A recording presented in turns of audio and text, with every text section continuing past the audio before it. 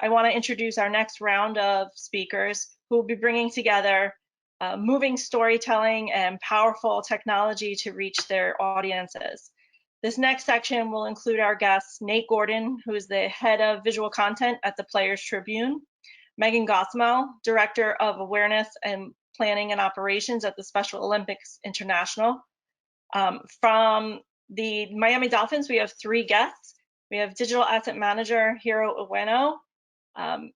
He is the digital asset manager there.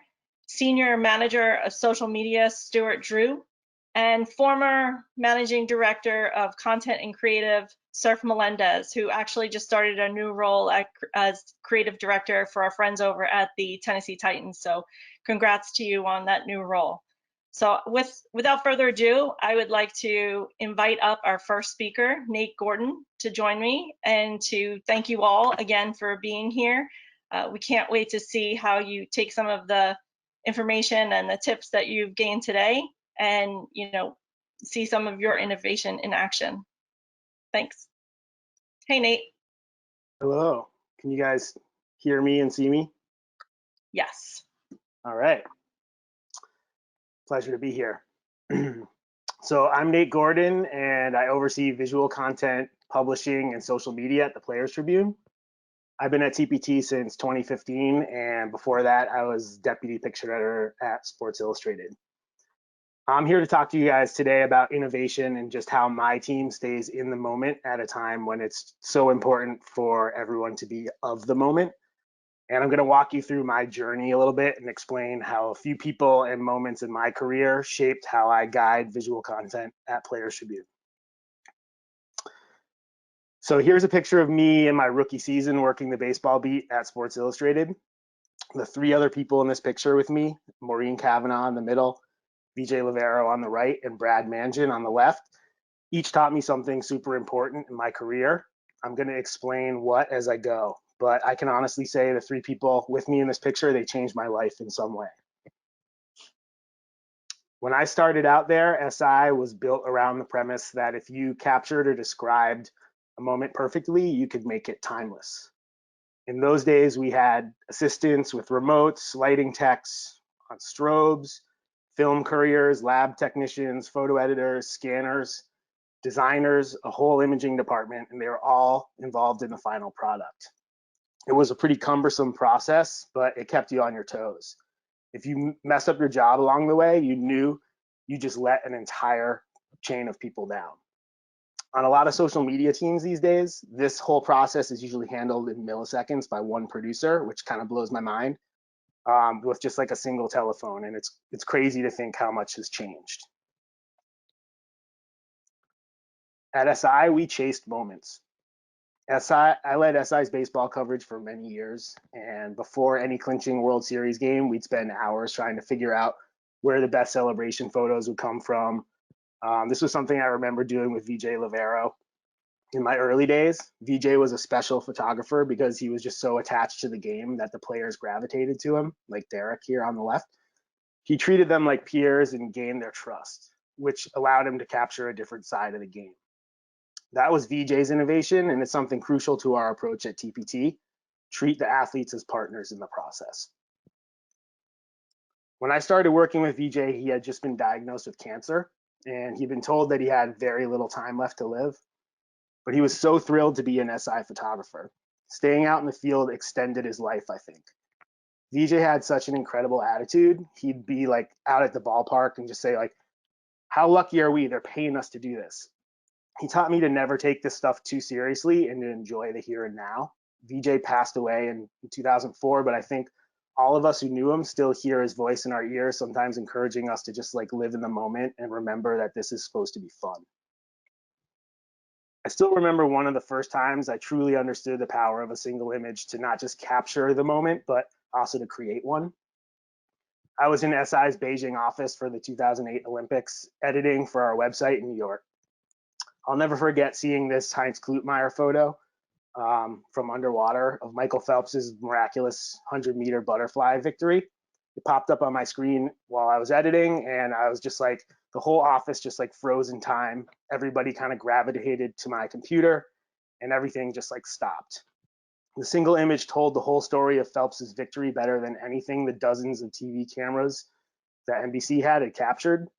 The picture was instantly everywhere and has become one of the most iconic images in Olympic history. To me, like, that's the power of imagery in a nutshell. In 2012, I was still plugging away at SI, but definitely starting to feel a little bit like SI was starting to feel a little behind the times. The highly specialized approach to publishing was starting to feel more like an assembly line and less like a support system. I was looking for ways to push SI photography in different directions. My friend, the photographer Brad Mangian, called me in the spring and was like, dude, SI needs to do Instagram. Look at what I've been doing with my phone here at spring training. This was before most brands were on IG. I didn't really understand how big the opportunity was, but I knew if Brad was this excited about it, it was probably a good idea. I started lobbying my bosses, and not surprisingly, nobody had any idea what the hell I was talking about. There was a lot of pushback, and some people thought it was risky to put SI on IG. Somehow I convinced them. That summer, we launched SI on Instagram and used 3 spreads of Brad's images in the magazine to kick it off. I knew we were onto something when Deadspin published an article the next day titled, "In a Desperate Bid to Be Down with the Youngs, Sports Illustrated uses Instagram photos in this week's issue." It's because Brad pushed me that SI launched on IG when it did. The whole experience taught me something super important. With what we do, you have to take risks and embrace new things if you want to grow visually.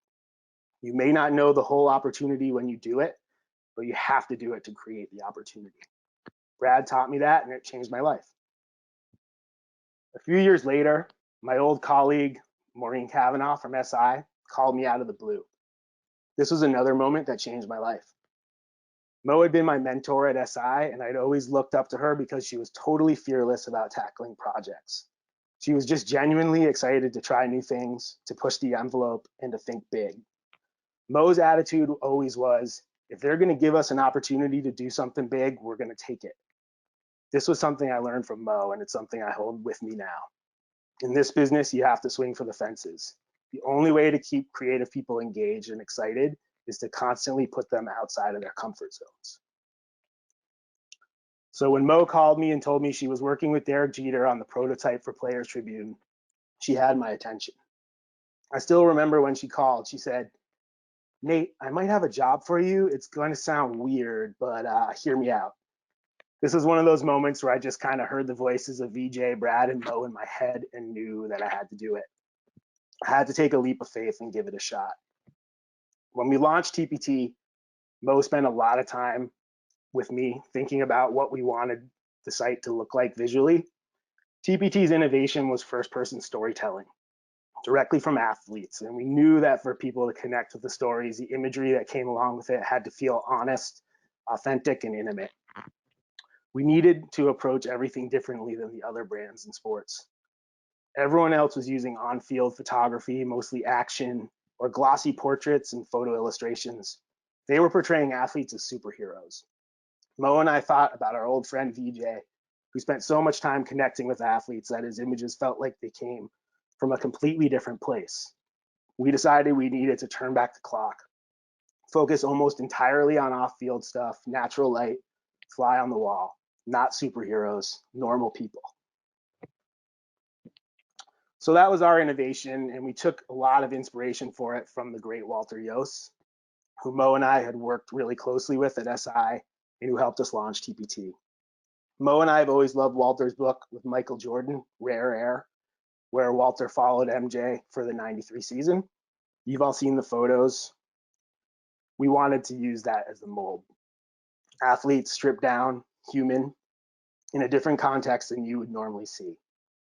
Jed Jacobson and Walter were our first staffers, and we just started connecting them with athletes and shooting without strings attached or the pomp and circumstance of traditional media. At Players Tribune, we have a unique model. For us, the goal is not so much to capture moments. Our goal is to create our own moments. A lot of the successes we've had at TPT have been pieces we've published where the story actually started its own news cycle. When we published Kobe Bryant's Dear Basketball, the surge in traffic broke our site. When Kevin Durant announced his decision to join the Warriors, The image became one of the internet's most recognizable memes. But beyond pure news breaking, we've come to understand that first-person storytelling, when there's real honesty, courage, and authenticity, can be very appealing to audiences. By partnering with the athletes and attaching them to the creative process, we unlocked a lot of possibilities visually. When we hit it right, our content travels far and wide because it's not something you find elsewhere. Over all the years at TPT, it's been a constant challenge to find the right approach to social media with such a unique content model. So many companies structure social awkwardly in their organizations, and we definitely made our share of mistakes as well here. When we sat down to think about why our social sometimes feels disjointed, a bit of a light bulb went off. Social is absolutely the highest pressure area in publishing these days, and expecting one or two social producers to function on their own without a supporting cast inevitably sets them up to fail. We decided to change our structure around a simple premise. Social content today runs on visuals, and it demands all of the rigors and focus we give to really anything else we publish.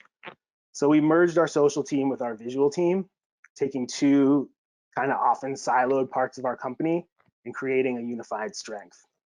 This has helped attach the visual strategy more to the performance of content and has helped us keep our social strategy more within TPT's brand voice and aesthetic. By linking some of the old school production line know-how of our visual team with some of the new era tactics of social media experts, we found a happy middle ground. None of this would have been possible, though, if not for the lessons of Brad, Mo, Walter, Jed, and VJ.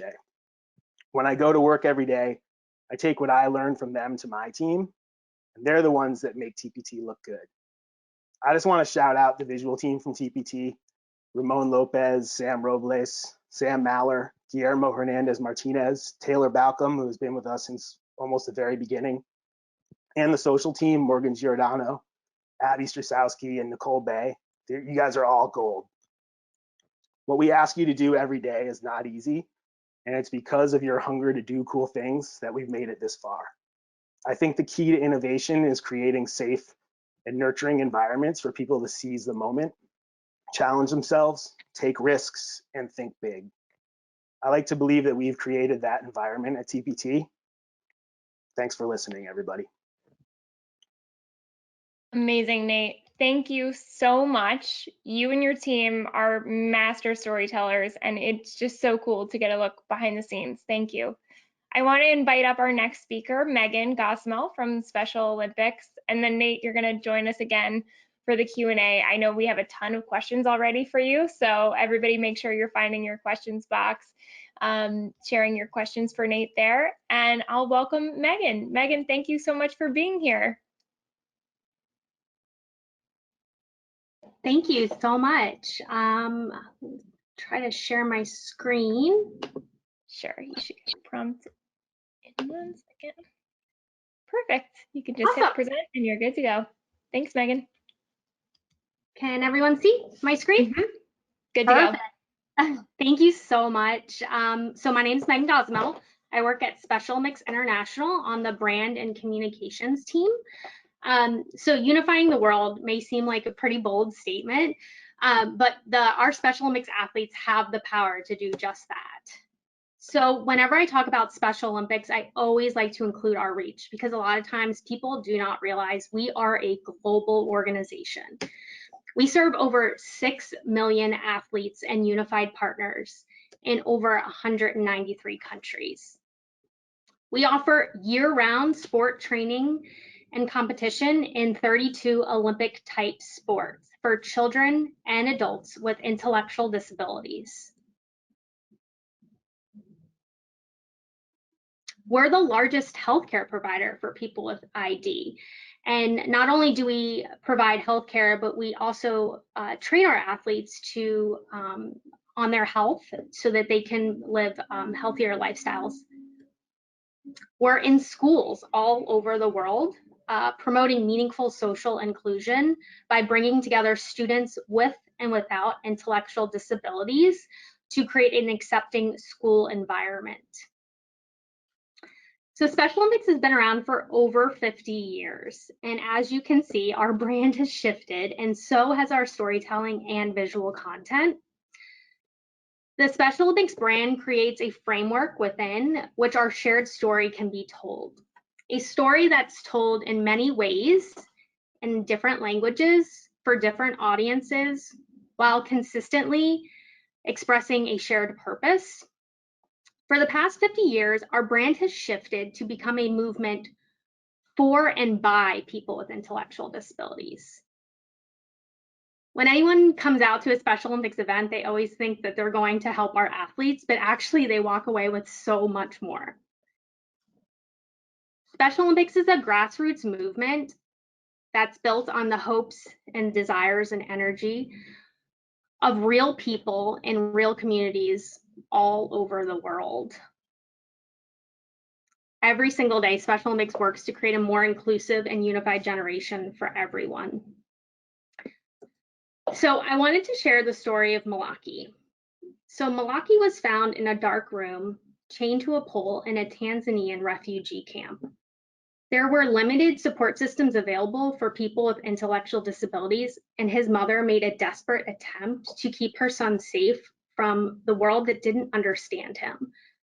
All of that changed when Malaki was brought out of isolation and introduced to unified sports.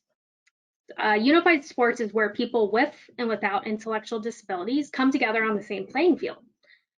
I wanted to share this story because it really shows the impact of Special Olympics. Malaki is just one of the stories of millions of our athletes.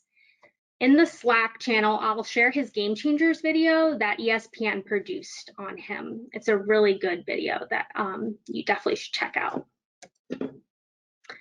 Visual content is extremely important for our brand awareness. Using photos to tell more of a story gives us better content to push out. Really, a picture is worth 1,000 words. I wanted to share another one of my favorite photos that shows the power of sport.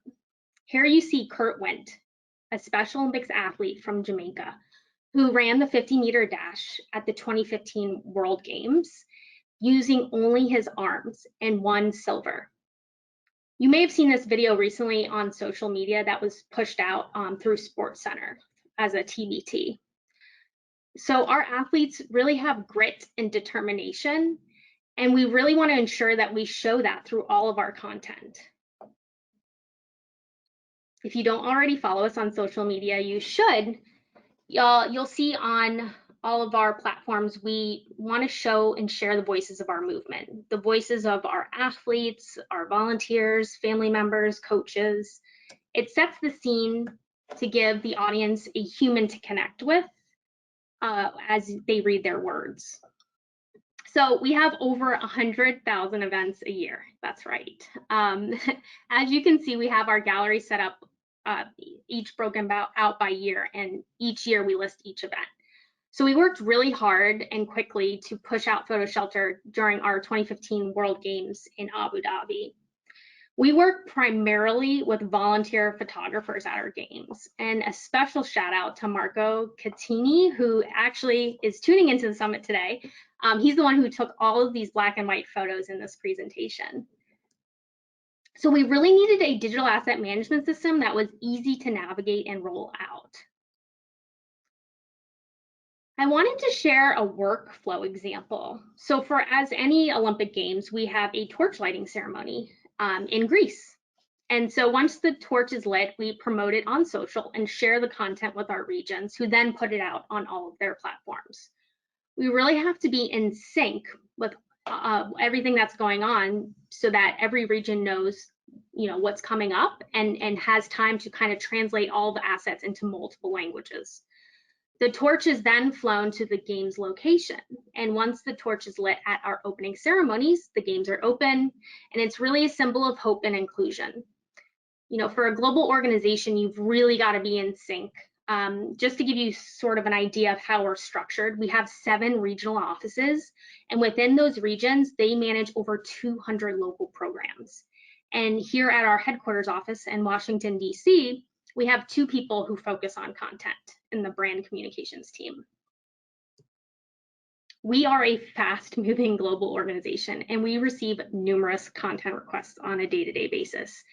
As a global brand, we really have to show our diverse population and be consistent with our branding needs. And so having a place where we store all of that is really helpful. So this is an example. Media come to us all the time for photos, and we direct them with a link to PhotoShelter so they can view approved photos for their use. And recently, Dentistry Today came to us, and this is just an example of that.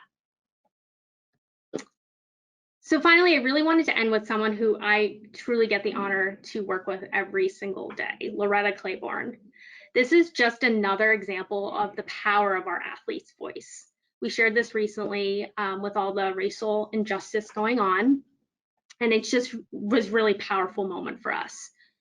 If you want to learn more about Special Olympics, definitely go to our website, www.specialolympics.org, and thank you so much. Thank you, Megan. That was fantastic. I love seeing the work your team is doing, and it's so nice to see, how your team is built to make it work. It's really, really cool to see. Now I want to invite up the Dolphins team. We've got Hiro Ueno, Surf Melendez, and Stuart Drew here representing the Dolphins today. And then Megan's going to join us again for the Q&A. So thank you, Megan, and welcome to the Miami Dolphins and Titans, sort of. Right? Nice. Hey, y'all, I'm Surf Melendez, creative director with the Tennessee Titans, formerly with the Miami Dolphins. And for the sake of time, I'm just going to jump right in. So, our industry, the sports industry, is just so full of, it's full of emotion and humanity, but it's so fast. And that emotion is so easy to miss. Many of the moments are like those in-between moments. The things that are outside of like peak action, and then the technology that we have has just allowed us to capture absolutely everything because we don't want to miss those moments. But it's almost to a fault because this rapid fire reflex has made coverage like our primary mode of communicating. So then what happens to the moment? What happens to that in-between moment? We basically, that it gets missed or it doesn't become a select, when we're going through our takes. That's why when like Players Trip came on the scene, and then it's great that to see the Special Olympics like right before us, like the stories are so rich. We basically took notice because that's what we wanted to do as well. We felt like at the Dolphins, it was very important to tell the story because we felt like people want to connect emotionally with something. It's more memorable and it will make the brand a little more long lasting. We can't compete with ESPN, with AP, with Getty. Like, they're amazing at what they do. And this is not a knock on coverage at all, actually, because we were doing it. But it's really more so we needed to take advantage of what we had, and we had access, and we had the relationships of the players. So we shifted from going solely from coverage to telling the Dolphins story through emotional connections. We felt like the emotional connection really was the key to our storytelling. And we started that journey with photography. And so I don't know if Hiro has the presentation queued up, but there are some examples that we have. Restarting. He's restarting? Yeah. That's fine. Should take a second, and you're not missing much. Well, when we show it to you, you'll see. But basically, we started with photography. We took the same coverage shots that we would take normally, and then we just applied some different techniques to them, be it crops, dramatic angles, treatments. We really wanted to take just more pedestrian moments that especially when it's during the middle of the summer in training camp or whatever, and really create a much more of an iconic moment, even though, for all intents and purposes, it was just a normal moment. So we started with the photography, and then we shifted, once we got that down, we shifted over to video. And I think there are going to be a couple of videos that we'll put on the Slack channel so you guys can check out, because when we start showing video on here, it's never really right. So So we'll get that out there. So here goes just some moments, right? So here's got a guy on the left just hitting a bag, nothing really special there. The one on the right, just by tweaking a few things, working with the photographers to try to, as opposed to just press the shutter button down and just rapid fire, really focus on trying different techniques. Same moment. The one on the right just seems a little more dramatic. It's a little more memorable. This is just again, another pedestrian moment. Guy just taking a knee in between drills. On the right, it looks more of, it's just more dramatic, more heroic, more in the moment. This is access that people just don't normally get, and that's the access that we had that we wanted to share. And then same thing here, right? Left, guy drinking water, right, sweltering heat, even though it's a black and white image, sweltering heat of the deep summer in South Florida. So just by taking these types of little moments here, we wanted to, again, tell that emotional story of our brand. So I'm going to kick it over to Hero and Stu, because what they're going to do is they're going to explain how we're able to get these images, and after we focus on trying to get these moments, identify them, but then get it to our fans as quickly as possible. I'm more than happy until he jumps in to kind of talk through it a little bit. So, Sorry, guys, can you hear me now? Oh, there's Hero. Perfect. So sorry about that, technical issues. Gotta love technology. Yeah, my webcam isn't working either, so we'll kind of just make it work here. Yeah, so we've kind of talked a lot about how we've made a really strong push into telling, the emotional stories through imagery, right? Now the question is, how do we actually capitalize on that? And that's really been about speed in this day and age. So, not only are we competing with other team photographers like Kyle and Tori from the Bucks or Ben's team from the NFL, but we're also competing with guys that have been leading the charge for years in, Getty and AP. So we really had to innovate. So on the left here, you have this, emotional, strong, beautiful moment after a touchdown straight at a camera. Now the question is, how do we make sure we can deliver this into a timely manner? Because, this is a touchdown celebration. This simply just, won't have as much of an impact, 30 minutes to an hour after this happens, right? So we really got to capitalize and make sure we put it out as fast as possible to ride that high, but also while, keeping up the standard of quality we as a creative team do have. So as you can see, the image on the right is watermarked, it's treated, it's cropped for each platform. Actually, in this case, it's a 16:9 for web and Twitter. So now the question is, how do we get there? So Sir, if you want to hit the next slide there. So this is a very high level overview of our game day process. It doesn't include a lot of the nitty gritties. I don't want to bore you, but I'm pretty sure we get in trouble if we went and dove into every single one, because we go, 45 minutes, which we can't do here today. We're missing things like tagging and socially and those little things here and there, but it was a pretty big overhaul from seasons past. On the left there, you do have the image straight at a camera, and then you do have the 3 methods of ingesting to me upstairs using Lightroom, and then we actually crop to social selects in terms of 1:1 selects and 16:9. So we actually crop and export ready to go for social for them to kind of just take over and run with it right away. So we used to have around 3 to 5 separate editors kind of doing this entire process. That's because we actually do have around 9 to 14 different photographers on any given game day at home, which was quite a few. That was a shock coming from me from a team of 4 in LA with the Rams. So now the number of photographers hasn't changed this past year, but the amount of editors has. So I'm the only one actually managing all those images. So that's where you see in the diagram. It's all centralized into just one big node there in Lightroom that I can basically work through our selects. And what's unique to us is I actually sit in the press box right next to Stuart, and we're a lot smarter with what we edit, how we edit, and what we need up ASAP. And that's kind of where Stu will take over and lead into her part of the presentation. Yeah, like Hero said, so this past year was the first year that Hero obviously was with us with the Dolphins, and then he decided, okay, I'm going to sit in the press box with you, which was really unique for me because it allowed us to be smarter when it came to the images that our photographers were capturing, and being able to talk with him just in real time when it comes to, okay, which photo should we go with, and it also allowed us to be more timely. So if we can go to the next slide. So the image of the flyover, I think, is the best way to capture how successful we've been with this. the flyover happens right before kickoff. It's something that we can't put out in the third quarter. It's something we can't put out at halftime. And we want this to be timely. We also like to showcase our stadium as well. So something that I think this is the greatest way to show our timing is from when the photo is taken to when Hero has edited it and put it in Dropbox, or sorry, in PhotoShelter for us.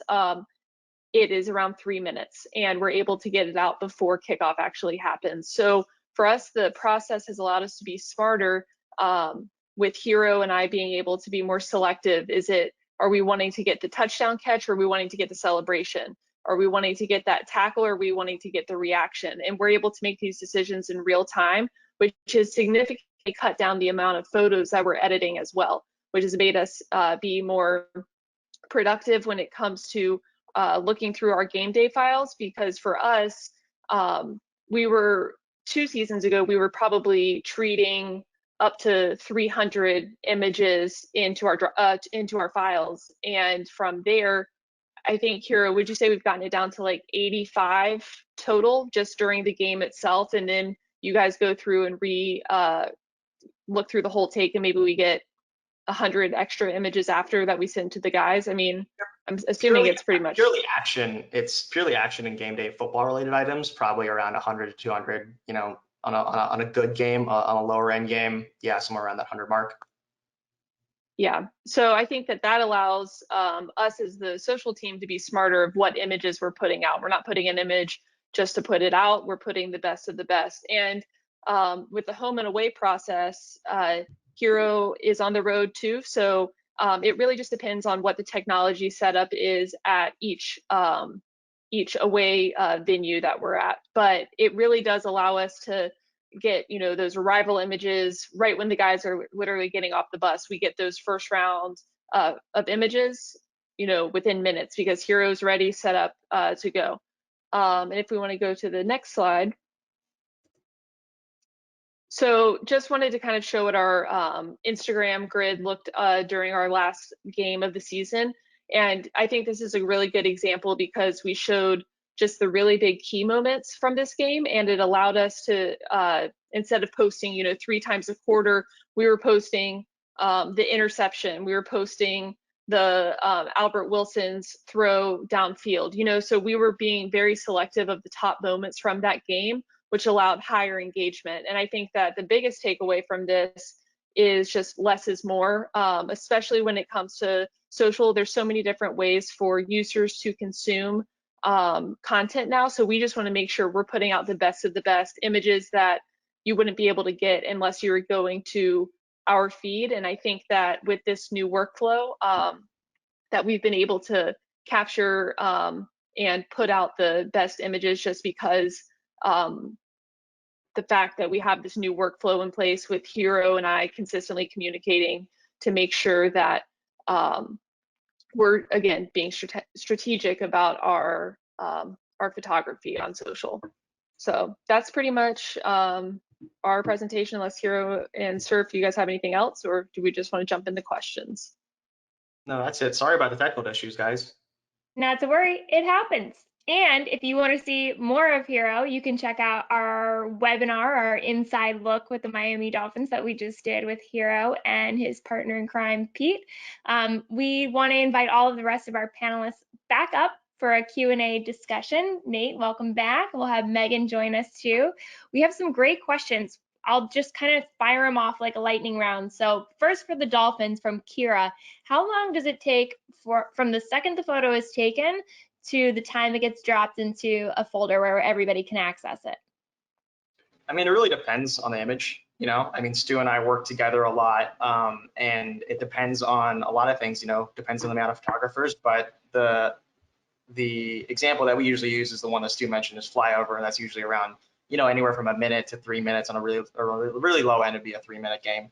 On a really fast day, it'd be 1 minute. But it all depends. We kind of time our dumps of cards as well. So at the end of the drive after a touchdown. So usually for action, I'd say 3 to 10 minutes, the very longest point. And then that's just in game. So it's a little slower then. It sounds more impressive when you say 120 seconds. Yeah. That does sound impressive, I gotta say.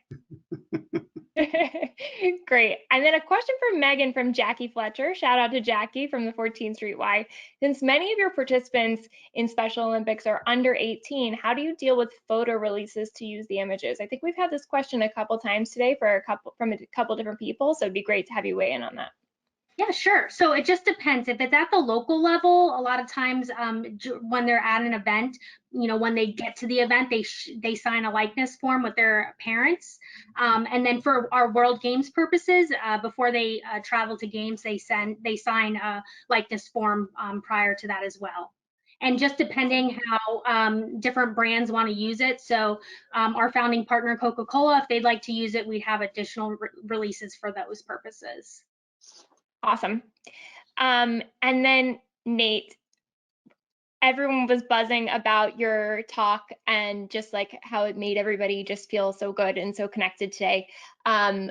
You mentioned, Players Tribune is about creating these moments. And how do you kind of decide what makes a moment? This is something that we should make noise about. This is a story that needs to be told. What do you look for? That's a good question. I think for us, we're using the athletes as the guide. So if an athlete is super engaged and excited to work with us on something and they have just a level of buy-in, then we know that it's going to be good, that you're going to get like the good juice out of it. So while we work on like a lot of in a lot of different ways with athletes, for us, like the best way to know is just that an athlete is 100% behind what we're doing.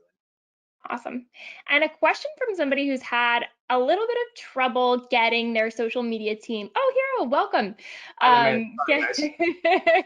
Getting their social media team to move quickly. Shout out to Jeff, who is asking this question. Do you have any tips for convincing somebody about the importance of speed? I know speed is important to all of you guys. Dolphins team, any of you guys have any tips about getting buy-in on, sharing that relevant content in the moment? I mean, I think that, oh, do you want to go ahead, sir? Go ahead, Stu, go for it. What I was just going to say is that I think that, we are always competing with, different brands who might be covering the same event. So as the voice of the organization, we want to be the first person that people are turning to when it comes to news around the organization. So I think that with the game day content, it starts there with that, but then I think that leads to other things, like player signings, major announcements, like that just helps increase speed across the board. And it also helps, I think, motivate when you see, oh, people are going to us for the for that news, and then they hopefully that kind of trains them to continue to be like, oh, the Dolphins, they're going to get this out, they're going to get this out quickly and efficiently. Absolutely. Surf, anything to add there? She nailed it. Love it. Nate, anything to add? I mean, to me, like the most important thing with social is getting it right. And so I know that so to me that you got to balance those two things. So if I was the one like having to actually push like post, I always like someone else to like check my work ahead of it. But I understand there's so much pressure to get this stuff out fast, and it totally affects the performance of every post. So yeah, speed is crucial. Absolutely. And Megan, any tips on speed and efficiency? So yeah, just going back with what Nate was saying, we definitely want to get it right. We want to be the leader in the conversation, especially if it's around inclusion. So obviously we do want to make sure whatever we put out there is good for our brand. And I'm glad I'm not the person posting either. But just really having constant communication with the photographers during events at games, knowing when a moment is going to potentially happen, and making sure we have our photographers there communicating with our social team is really helpful too. Great. And then a last question, any Wi-Fi used to supplement card dumps? Dolphins, can you answer that in terms of Wi-Fi?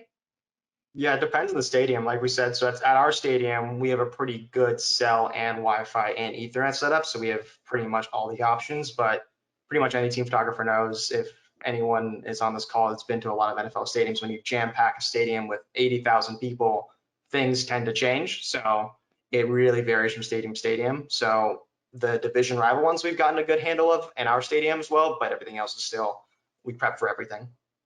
Great. And Surf, sounds like you're getting a shout out from Carlos. Surf, will you miss the cafecito? Yeah, I have to find a Cuban coffee place in Nashville. Love it. Might be I love tough. that people are getting like actual shout outs today. Thank you for trolling each other. And I'm really finding that people are making friends on Slack, which has been really fun to watch. And all of you 5 just did some amazing work up there. Thank you so much for sharing your stories with us. That was awesome. Cool. It's a pleasure. Thank you. Thank Thanks, you. everyone. Bye, everybody.